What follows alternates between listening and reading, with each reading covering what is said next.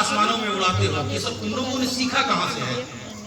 یہودیوں سے کسی نے کہا کہ تم لوگوں نے سیکھا کہاں سے ہے؟ تم لوگ ایجاد کرتے ہو، ہم لوگ تم سے خریدتے ہیں، لیکن تم لوگ بناتے ہو، کیسے بناتے ہو؟ ہواؤں میں خلاؤں میں کیسے اڑاتے ہو؟ تو اس نے کہا ہم نے سیکھا ہے غوث پاک کی ماں سے۔ اس یہودی اور عیسائی نے کیا کہا؟ ہم نے سیکھا ہے کس سے؟ شیخ عبد القادر جیلانی کی ماں سے۔ کہا وہ کیسے سیکھا ہے؟ کہا کہ تمہارے عالم بیان کیا کرتے تھے، تقریر کیا کرتے تھے، کتابوں میں لکھا ہے کہ جب غوث پاک ماں کے پیٹ میں تھے، یعنی ماں کے شکم میں تھے، تو ان کی ماں روزانہ قرآن پڑھتی تھی، اور ان کی ماں 18 پارہ کی حافظہ تھی۔ کتنے پارے کی؟ غوث پاک کی والدہ کتنے پارے کی حافظہ تھی؟ 18 پارہ کی۔ اس سے پتہ چلتا ہے کہ ماں بہنوں کو بھی قرآن کا حافظ ہونا چاہیے۔ کم سے کم ماں بہنوں کو قرآن جہیز میں یوں ہی نہ دیا کریں، اگر دینا ہی ہو تو ان کے سینوں میں دے دیا کریں، تاکہ جس کے قرآن میں آیت الکرسی ہوگا، سورہ یاسین ہوگا، کوئی غیر اس کے اوپر حملہ نہیں کر سکتا، بلکہ وہ سورہ یاسین انسان کی صورت میں آ کر کے اسے مکان میں بھی حفاظت کرے گا اور میدان میں بھی حفاظت کرے گا۔ آج تو ہم اور آپ شادی بیاہ میں جب قرآن دیتے ہیں تو کسی مولانا صاحب، امام صاحب کو بھی لے کے جاتے ہیں، اور اس لیے لے جاتے ہیں حضرت چلیے گا وہاں قرآن ملے گا تو آپ رکھیے گا، گھر پر دے دیجیے گا۔ پتہ چلا گودریج آپ لیے، فریز آپ لیے، اور واشنگ مشین آپ لیے، جتنا سامان تھا آپ لیے، اور قرآن امام صاحب کو رکھیے، کیونکہ باوجود وہی ہیں، ان کا حضرت قرآن وہاں دے دیجیے گا، جبکہ قرآن میں دین و دنیا کی دولتیں ہیں، دین و دنیا کی دولتیں ہیں۔ قرآن سسرال میں ملا وہ قرآن کوئی لینے کو تیار نہیں ہے۔ اگر قرآن کی عظمت کو جانتے، رفعت کو جانتے، تو ایک قرآن نہیں 1000 قرآن لے لیتے۔ کہتے دنیا کا سامان تو ختم ہو سکتا ہے، اللہ کا قرآن ختم نہیں ہو سکتا۔ جیسا قرآن مصطفیٰ کے مدینے میں ہے، ویسا قرآن آج حافظوں کے سینے میں۔ حضرات اسی لیے گزارش یہ ہے کہ تعلیم پر زور ہے، اور جو بچے نہیں جانتے ہیں کوشش کریں انہیں بھی پڑھائیں، اور تعلیم اتنا دیں، اور جو غریب بچے ہیں کوشش کر کے انہیں بھی تعلیم کے لیے پڑھائیں۔ پیسے نہیں ہے تو مدد کریں۔ جانتے ہیں جو بچے غریب ہیں اور وہ ذہین ہیں، وہ پڑھنا چاہتے ہیں، اگر آپ نے ان کی مدد کیا اور آپ نے انہیں تعاون کیا تو حضور فرماتے ہیں، بحیرتی شریف کی حدیث پاک ہے، سرکار فرماتے ہیں من عان عالما او متعلما ولو کان بقلم مکسور بنی الکعبۃ 70 مرہ۔ سرکار فرماتے ہیں جس نے طالب علم کو یا عالم دین کو ایک ٹوٹے ہوئے قلم سے سہارا لگا دیا تو اس نے خانہ کعبہ کو 70 مرتبہ تعمیر کیا۔ نعرہ تکبیر، نعرہ رسالت، جشن عید میلاد النبی۔ تو اس نے کہا کہ ہم نے غوث پاک کی ماں سے سیکھا ہے۔ کہا کیسے سیکھا؟ کہا ان کی ماں 18 پارہ کی حافظہ تھی۔ کتنے پارے کی؟ 18 پارہ کی حافظہ تھی، تو روزانہ 18 پارہ پڑھتی تھی، اور غوث پاک ماں کے شکم میں تھے، تو غوث پاک اسے یاد کر لیتے تھے۔ کیا کرتے تھے؟ اب سوچئے، لوگ کہتے ہیں غوث خواجہ کے پاس جانے سے کیا ملتا ہے؟ یہاں ابھی دنیا میں آئے نہیں ہیں کہ ماں کے شکم میں قرآن یاد کر رہے ہیں۔ یہ سبحان اللہ، روایتوں میں تو یہاں تک آتا ہے جب آپ ماں کے شکم میں تھے تو آپ کی ماں کو چھینک آئے، تو آپ کی ماں جہاں کہتی تھی الحمدللہ، تو آپ ماں کے شکم سے اس چھینک کا جواب دیتے تھے۔ وہ غوث پاک تھے۔ روایتوں میں آتا ہے آپ ماں کے شکم میں تھے اور ایک فقیر آیا مانگنے کے لیے، آپ کی والدہ بے حد خوبصورت تھی، اور دیکھا ہاتھ کو تو کہا بڑی خوبصورت ہے۔ اس فقیر کی نیت بدل گئی، جب نیت بدلی تو ایک شیر گھر میں نمودار ہوا، اور اس فقیر کو چیر پھاڑ کر رکھ دیا۔ اور جب غوث پاک پیدا ہوئے اور ماں سے بات کر رہے تھے، کہا اے والدہ محترمہ، میں نے آپ کو بچایا ہے، جبکہ میں آپ کے شکم میں تھا۔ تو آپ کی ماں ام الخیر سیدہ فاطمہ زاہدہ نے کہا بیٹا وہ کیسے بچایا ہے؟ کہا ایک فقیر تھا جس کی نیت بدل گئی، اور جو شیر آپ کے گھر میں بن کر کے تیار ہوا تھا وہ کوئی اور نہیں، آپ کا لال آپ کا بیٹا عبد القادر جیلانی. سبحان اللہ. آپ فرماتے ہیں والدہ ایک مرتبہ اور میں نے آپ کو بچایا تھا جب آپ کے شکم میں میں تھا. آپ ایک پھول توڑنے باغ میں گئی تھی اور اس پتے کے اوپر ایک سانپ بیٹھا ہوا تھا. ان قریب تھا کہ وہ آپ کو ڈس لیتا. اسی وقت میں نے آپ کے شکم میں کربٹ لیا. آپ کو درد لاحق ہوا. آپ اس درد سے بیٹھ گئی. میں نے اس وقت آپ کو سانپ سے بچایا. پتہ یہ چلتا ہے جو ماں کے شکم میں رہ کر کے خود اپنی والدہ کو بچاتا ہو, جو ماں کے شکم میں رہ کر کے اپنی ماں کو بچاتا ہو, وہ کیوں نہیں عبد القادر رب کے فضل سے مصطفیٰ جان رحمت کی عنایت سے ہم گنہگاروں کو بھی بچا سکتا ہو, ہم گنہگاروں کو پار لگا سکتا ہو. حضرات محترم, تو ایک یہودی اور عیسائی کرتا کیا ہے کہ میں نے عبد القادر جیلانی کی ماں سے سیکھا ہے. روزانہ ماں قرآن پڑھتی تو غوث پاک ماں کے شکم میں یاد کر لیتے. کیا کرتے؟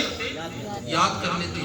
آج تو افسوس ایسا زمانہ آ گیا جب ماں شکم سے ہوتی ہے تو موبائل کثرت سے چلاتی ہے, ٹی ویوں پر بیٹھا کرتی ہے. اسی لیے آنے والا بچہ غلام غوث نہیں ہوتا, غلام پبجی ہو جاتا ہے. کیا بات ہے. ہوتا کہ نہیں ہوتا ہے؟ اسی میں لگ جاتا ہے, موبائل ہی میں لگ جاتا ہے اور ایسے ایپس اور فائل کو کھول لیتا ہے جو بڑے ہو کر نہیں جانتے, وہ چھوٹے بچے جانتے ہیں. یہودی کہتا ہے اے لوگوں سنو, میں نے کیا کیا, میں نے دیکھا کہ اگر ماں قرآن پڑھتی ہے تو اس کا اثر شکم میں پلنے والے بیٹے پر ہوتا ہے. اسی وقت میں نے سوچ لیا, یہودی اور عیسائی نے کہا, میں نے دماغ میں یہ بات بیٹھا لی اور کہا اب میری مائیں جو حاملہ ہوگی اور اس کے شکم میں جو بچہ ہوگا تو ہم بھی یہی کوشش کریں گے کہ ان ماؤں سے موبائل بنوائیں گے, پرجے بنوائیں گے, پاس بنوائیں گے, تاکہ ماں جب بنائے گی تو آنے والا بچہ موبائل خریدے گا نہیں بلکہ اس کا موجد ہوگا, ایجاد کرے گا, وہ اسے بنائے گا, اس کا تخلیق کرے گا, اسے پیدا کرے گا. اسی لیے یہودی نے کہا ہم لوگ موبائل کو بناتے ہیں, ایجاد کرتے ہیں اور دنیا کے لوگ خریدتے ہیں. ہم نے جو سیکھا ہے وہ غوث پاک کی ماں سے سیکھا ہے. تو ہمیں اور آپ کو چاہیے کہ ہم تعلیم پر زور دیں. اور میں اپنی ماں بہنوں سے بھی کہوں کہ آپ نماز پڑھیے, نماز پڑھیے. اللہ تبارک و تعالیٰ نے انسان اور جنات کو صرف عبادت کے لیے پیدا کیا ہے. رب قرآن میں کہتا ہے فَاذْكُرُونِي أَذْكُرُكُمْ وَاشْكُرُوا لِي وَلَا تَكْفُرُونِ, تم مجھے یاد کرو میں تمہیں یاد کروں گا. آج بہت سارے لوگ حضرت کیا کرے, بہت کماتے ہیں بچتا ہی نہیں ہے, بہت کماتے ہیں بچتا ہی نہیں ہے. حضرت غوث پاک کی بارگاہ میں اکثر آیا, کہا حضور بہت کماتے ہیں بچتا نہیں ہے, سرکار دعا فرما دے. تو سرکار غوث پاک نے فرمایا جا پردہ لگا دے. گھر پہ کیا کہا, پردہ لگا دے. پردہ لگا دیا. اس کے بعد ترقی ہوئی, پیسے بھی بچنے لگے. پھر سرکار غوث پاک کی بارگاہ میں آیا, کہا سرکار اب تو ترقی بھی ہو گئی, پیسے بھی بچ رہے ہیں, کیا معاملہ تھا؟ تو سرکار غوث پاک نے کہا میں نے اس لیے کہا کہ پردہ لگا دے کیونکہ تمہارا گھر راستے میں پڑتا تھا اور اس راہ سے بے نمازی گزرتے تھے اور بے نمازی کی ایک نظر تمہارے گھر پر پڑتی تھی. اسی لیے بے نمازی کی نظر اگر جس گھر پر پڑ جاتی ہے اس گھر پر رحمت کے فرشتوں کا نزول نہیں ہوتا ہے. اسی لیے میں نے کہا پردہ لگا دے تاکہ بے نمازی کی نظر نہیں پڑے گی اور رحمت کے فرشتوں کا نزول ہو جائے. سبحان اللہ, کیا بات ہے. سوچئے اگر بے نمازی کی نظر گھر پر پڑ جائے تو رحمت کے فرشتے داخل نہیں ہوتے اور جس گھر میں سب بے نمازی رہیں گے اس گھر کا حال کیا ہوگا؟ کیا اس میں برکت آ سکتی ہے, رحمت آ سکتی ہے؟ نہیں آ سکتی ہے. اسی لیے واعظ اور تقریر کا مقصد یہی ہے, میلاد کا مقصد یہی ہے کہ گھر ہمارا اسلامی ہو جائے, ہمارا دل ایمانی ہو جائے اور ہم ایسے مسلمان ہو جائیں جس گلی سے گزریں تو غیر کہے یہ عاشق مصطفیٰ جا رہا ہے, یہ دیوانے خواجہ جا رہا ہے, یہ دیوانے غوث جا رہا ہے. رب کعبہ کی قسم غیر جب گواہی دے گا تو ہم یہاں بھی کامیاب ہوں گے, وہاں بھی کامیاب. درود پاک پڑھیے اللہم صلی علی سیدنا و سیدنا قلنا مولانا محمد وعلی وسلم صلو علیہ السلام علیکم یا رسول اللہ صلی اللہ تعالی علیہ وسلم. وللہ المثل الاعلی. اللہ کی شان بہت بلند ہے, اللہ کی شان بہت بلند ہے. اگر شان خدا دیکھنا ہو تو شان مصطفیٰ کو دیکھیں, اگر شان مصطفیٰ کو دیکھنا ہو تو شان عبد القادر کو دیکھیں.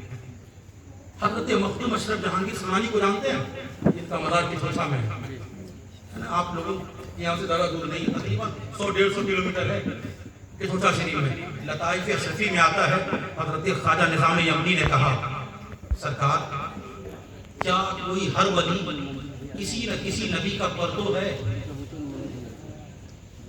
کسی نہ کسی نبی کا مشابہ ہے؟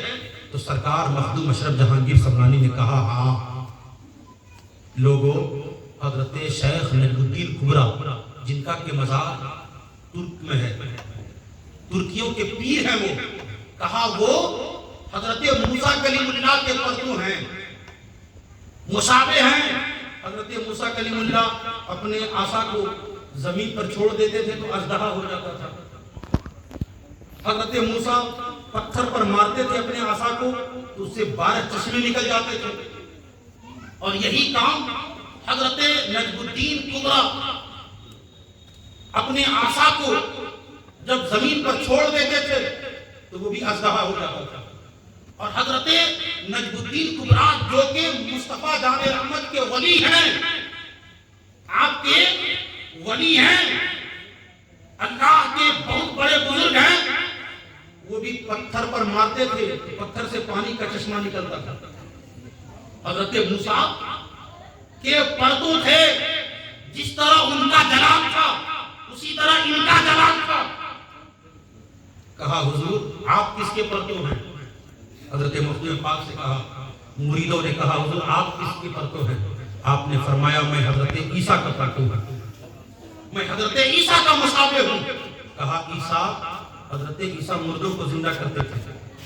مخدوم اشرف جہانگیر سمنانی اللہ کے فضل سے مردوں کو زندہ کرتے تھے، سبحان اللہ، مردوں کو زندہ کرتے تھے۔ مخدوم اشرف جہانگیر سمنانی کی بارگاہ میں عورت آئی، کہا حضور مجھ سے اور میرے شوہر سے برابر جھگڑا رکھتا ہے، سرکار اس کی طبیعت بھی خراب رہتی ہے، سرکار دعا فرما دیں۔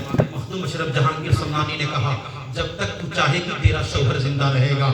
روایتوں میں آتا ہے اس کے بعد جھگڑے ہوئے اور بیوی نے کہا مر کیوں نہیں جاتا ہے، اتنا کہنا تھا فوراً انتقال کر گیا۔ وہ عورت دوڑتی ہوئی مخدوم پاک کی بارگاہ میں آئی، کہا سرکار میرا شوہر انتقال کر گیا ہے۔ کہا جب تک تو چاہی تیرا شوہر زندہ رہا، اب تو نہ چاہی وہ انتقال کر گیا ہے۔ فقیر کی زبان سے اب جو بات نکل چکی ہے وہ اب ہو کر کے رہے۔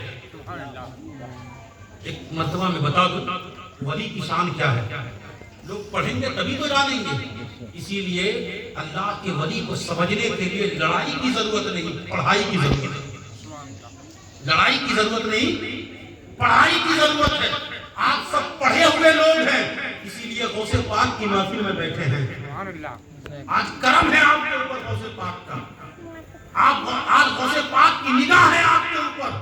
رب کعبہ کی قسم آپ اپنے آپ کو قادری کہا کریں، اپنے آپ کو غوث پاک سے نسبت جوڑ دیا کریں، کیونکہ سرکار غوث پاک نے کہا لوگوں میں نے اللہ سے وعدہ لیا ہے جو میرے مرید کے مرید کا مرید ہوگا اللہ اس سے جہنم میں نہیں ڈالے گا بلکہ اسے جنت عطا فرمائے گا۔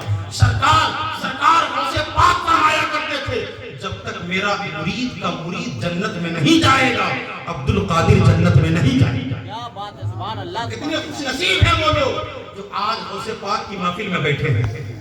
آج آپ غوث پاک کی نظر میں ہیں، بھلے وہ بغداد میں ہیں لیکن بغداد سے آج ہمارا آپ کو دیکھ رہے ہیں۔ رب کعبہ کی قسم میں آپ کو بتاؤں، آپ اللہ کے ولیوں کی شان دیکھیں گے تو سوچیں گے جب ولی کی شان کا یہ عالم ہے تو نبی کی شان کا عالم کیا ہے۔ بس آخری بات سنیں، حضرت مخدوم پاک ہے، آپ کے ساتھ آپ کے خلفہ گزر رہے تھے، ایک انہی خلفہ میں سے تھے مولانا گل خنی ان کا نام تھا، گزر رہے تھے تو یہ جو مورتی بنتی ہے جو آج بنی ہے لوگ پوج رہے تھے، میلہ لگا تھا، اسی راہ سے حضرت مخدوم پاک بھی گزر رہے تھے اور آپ کے خلیفہ بھی گزر رہے تھے۔ جب دیکھا بڑی خوبصورت ہے اسی کے قریب رک گئے، اسی کے قریب رک گئے اور اسی کو دیکھنے لگے کہ کتنی خوبصورت ہے، کتنی اچھی لگتی ہے۔ اس کے بعد مخدوم پاک کچھ دور آگے نکلے تو آپ نے فرمایا مولانا گل خنی کہاں ہے؟ کہا حضور وہ تو اسی مورت کو دیکھ رہے ہیں، اسی مورت کو دیکھ رہے ہیں۔ مخدوم پاک نے فرمایا میں بھی چلوں گا۔ کیا فرمایا؟ میں بھی چلوں گا۔ اس کے بعد جب مخدوم پاک آئے تو کہا بیٹا یہ پتھر کی مورت ہے نہ یہ چل سکتی ہے، نہ بول سکتی ہے، نہ کچھ دے سکتی ہے، نہ کچھ سن سکتی ہے، بیٹا تم اس سے پیار کیوں کرتے ہو، اس سے محبت کیوں کرتے ہو؟ کہا سرکار اگرچہ یہ بول نہیں سکتی، یہ چل نہیں سکتی ہے، یہ دیکھ نہیں سکتی ہے، تو سرکار آپ بھی تو اللہ کے ولی ہیں، اگر آپ دعا کر دو گے اللہ اس پتھر کی مورت میں صورت بنا دے گا، سبحان اللہ، صورت بنا دے گا۔ پڑھیے تاریخ، مخدوم اشرف جہانگیر سمنانی کی کرامت کو پڑھیے، روایتوں میں آتا ہے اس بات کو جب مولانا گلخنی نے ذکر کیا تو آپ کو جلال آیا اور کہا جب میرا بیٹا تجھے اتنا چاہتا ہے، اتنا پیار کرتا ہے تو پھر تم اس کے ساتھ چلتی کیوں نہیں ہے؟ چلتی کیوں نہیں ہے؟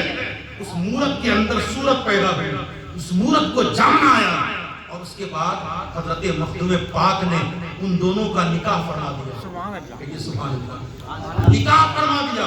یہ غوث کی بات نہیں، غوث کے بیٹے کی بات ہے، غوث کی بات نہیں، غوث کے بیٹے کی بات ہے۔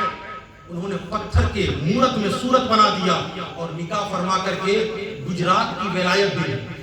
کہاں کی ولایت دے دی؟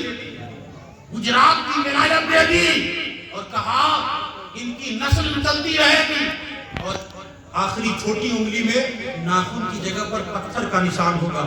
آج بھی وہ لوگ کبھی کبھی کچھوچا آتے ہیں ان کے خاندان کے لوگ تو ناخن کی جگہ پتھر کا نشان ہے تاکہ یہ اشارہ ملتا ہے کہ یہ کسی اور کی نسل سے نہیں، اسی مورت کی نسل سے ہے۔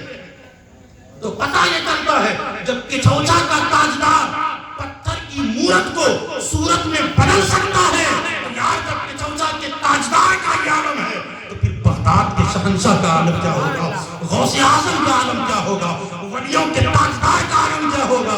پتہ یہ چلتا ہے اللہ کے ولی اپنی مرضی سے نہیں کرتے، جو رب کی عرضی ہوتی ہے وہی ان کی مرضی ہوتی ہے۔ اسی لیے دنیا غوث پیدا کرتی ہے اور علی کے گھر میں غوث پیدا ہوتے ہیں۔ دنیا راجہ پیدا کرتی ہے اور ولی اللہ کے علی کے گھر کے اندر جو اللہ کا محبوب ہے حضرت علی، اس علی کے گھر میں بلکہ اللہ کا ولی پیدا ہوتا ہے۔ دنیا راجہ پیدا کرتی ہے، علی کے گھر میں خواجہ پیدا ہوتے ہیں۔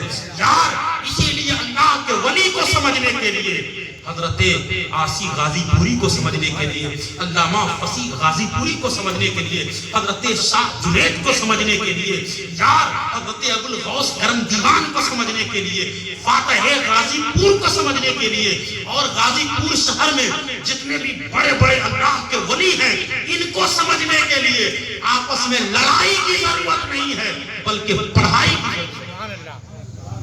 کی ضرورت ہے۔ اسی لیے اگر ولی کو سمجھنا ہو تو پہلے پڑھیے، جب پڑھیں گے تب سمجھ میں آئے گا۔ جب اللہ کا ولی ایسا ہے تو پھر محمد الرسول اللہ کیسا ہے؟ سبحان اللہ، سبحان اللہ۔ درود پاک پڑھیے، اللہم صلی علی سیدنا و سیدنا طیبنا قلبنا مولانا محمد وعلیہ وسلم صلی علیہ الصلوۃ والسلام علیہ یا رسول اللہ صلی اللہ علیہ وسلم۔ حضرات محترم، حضرت عیسیٰ مردوں کو زندہ کرتے تھے تو مخدوم اشرف جہانگیر سمنانی بھی مردوں کو زندہ کرتے تھے اور حضرت عیسیٰ علیہ السلام کوڑ مرض پر ہاتھ پھیرتے تھے تو اللہ شفا دیتا تھا۔ آپ کے ہاتھوں میں ید بیضا تھا، مخدوم اشرف جہانگیر سمنانی کے آستانے پر بھی کوڑ مرض شفا پاتے، آپ کوڑ مرض کو شفا دے دیتے اللہ کے حکم سے۔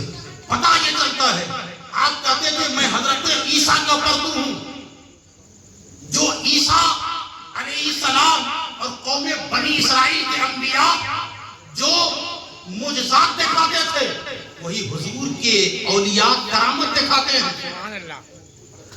حضرت مخدوم پاک حضرت عیسیٰ کے پرتو ہیں اور غوث پاک محمد رسول اللہ کے پرتو ہیں، حضرت غوث پاک محمد رسول اللہ کے پرتو ہیں۔ سوچے جب کوئی حضرت آدم صفی اللہ کا پرتو ہو جائے، کوئی حضرت کلیم کا پرتو ہو جائے، کوئی حضرت عیسیٰ مسیح کا پرتو ہو جائے، کوئی حضرت شعیب خطیب اللہ کا پرتو ہو جائے، یار اگر کوئی حضرت ابراہیم خلیل اللہ کا پرتو ہو جائے تو اس کے کمال کا یہ عالم ہے، اگر کوئی محمد رسول اللہ کا پرتو ہو جائے تو پھر اس کے جمال کا عالم ہے۔ سبحان اللہ، سبحان اللہ۔ سارے ولی کسی نہ کسی انبیاء کے پرتو ہیں لیکن حضرت غوث پاک حضور کے پرتو ہیں۔ سبحان اللہ۔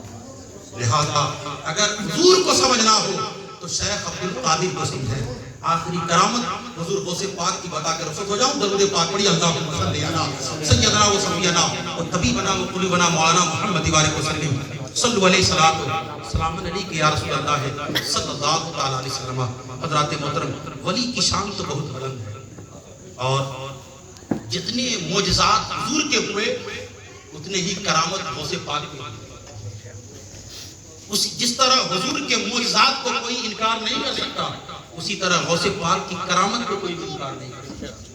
روایتوں میں آتا ہے حضرت شیخ حماد کا ایک مرید تجارت کرنے جا رہا تھا. کہا حضور آپ ہمارے پیر ہیں، میں ملک شام جانا چاہتا ہوں تجارت کے لیے، دعا فرماتے ہیں.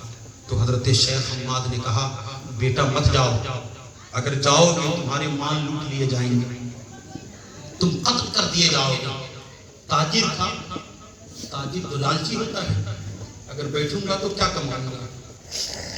سوچا کہ یہ تو میرے شیخ نے کہا ہے. راستے میں شیخ عبد القادر جیلانی ملے، غوث پاک ملے. کہا حضور میں تجارت کرنے جانا چاہتا ہوں. آپ نے فرمایا جا، چلا جا، کچھ نہیں ہوگا. حضرت شیخ حماد کے مرید کہتے کیا ہیں، غوث پاک کے کہنے پر میں نکل گیا، اور جب میں نکلا تو خواب کیا دیکھتا ہوں، میرے مال و اسباب لوٹ لیے گئے اور میں قتل کر دیا گیا. گھبرا کر کے اٹھا، دیکھتا کیا ہے کہ سر سے لگا ہوا ہے، مال و اسباب بھی موجود ہیں، سب کچھ صحیح سالم ہے. جب تجارت سے واپس آیا تو دل میں خیال آیا کہ پہلے پیر کی بارگاہ میں جاؤں یا پیران پیر کی بارگاہ میں جاؤں. کہاں جاؤں؟ انہوں نے تو منع کیا تھا، انہوں نے کہا تھا جاؤ، انہوں نے کہا تھا قتل کر دیے جاؤ گے، انہوں نے کہا صحیح سالم لوٹو گے. ابھی یہ دل میں بات کر ہی رہا تھا کہ حضرت شیخ حماد سے ملاقات ہوئی. کہا جاؤ پہلے پیران پیر کی بارگاہ میں. شیخ عبد القادر جیلانی کی بارگاہ میں گئے. کہا سرکار یہ سب میرے ساتھ معاملات ہوئے. کہا ہاں تمہارے پیر نے صحیح کہا تھا کہ تمہارے مال و اسباب لوٹ لیے جائیں گے، تم قتل کر دیے جاؤ گے. لیکن جب سے تو گئے میں نے تمہارے حق میں 70 مرتبہ دعائیں کی. میں تمہارے قتل کو خواب میں بدل دیا. پتہ یہ چلتا ہے جو تقدیر میں لکھا جاتا ہے غوث پاک اللہ کے فضل و کرم سے اسے تقدیر کو بدل دیا کرتے ہیں، تو قسمت کو بدل دیا کرتے ہیں. اسی لیے چاہتے ہیں کہ اپنی تقدیر کو بدلا جائے، قسمت کو بدلا جائے، تو آپ غوث پاک کے غلام ہو جائیں. گنہگار ہیں تو شفا یاب ہو جائیں گے، خطا کار ہیں تو بخش دیے جائیں گے. اگر اللہ نے رزق میں برکتوں میں کمی رکھی ہے تو اللہ تبارک و تعالی غوث پاک کے فضل سے، کرم سے، عنایت سے اللہ رزق میں برکتیں عطا فرمائے گا، دکانوں میں ترقیاں عطا فرمائے گا، بیماریوں سے شفا یابی عطا فرمائے گا. کیونکہ جو اللہ کے دوست کا ہو جایا کرتا ہے وہ اللہ تعالیٰ کا ہوتا ہے. حضرات محترم، تو جس کے بچپن کا یہ عالم ہے کہ آپ بچپن میں کھیل رہے تھے، بچپن میں غوث پاک کھیل رہے تھے، بوڑھی آئی خانقاہ میں آپ کے دادا کے پاس اور کہا سرکار دعا فرما دیجیے اللہ بیٹا دے. آپ لوح محفوظ کو دیکھتے ہیں، گردن جھکاتے ہیں اور کہتے ہیں بوڑھی چلی جا، تمہاری قسمت میں ایک بھی بیٹا نہیں ہے. کیا کہا؟ تمہاری قسمت میں ایک بھی بیٹا نہیں ہے. روتی ہوئی آئی اور سرکار غوث پاک خانقاہ میں بچوں کے درمیان کھیل رہے تھے اور کھیلنے کا بھی سما عجب تھا. سرکار غوث پاک کا ایسے کھیلتے تھے جیسے کوئی آج کھیل ہی نہیں سکتا ہے. بچوں کے درمیان کھیلتے کیسے تھے؟ بچوں سے کہتے مر جاؤ، سب بچے مر جاتے ہیں، سب بچے مر جاتے ہیں. پھر کہتے غوث پاک اے بچے زندے ہو جاؤ، تو سب بچے زندے ہو جائیں.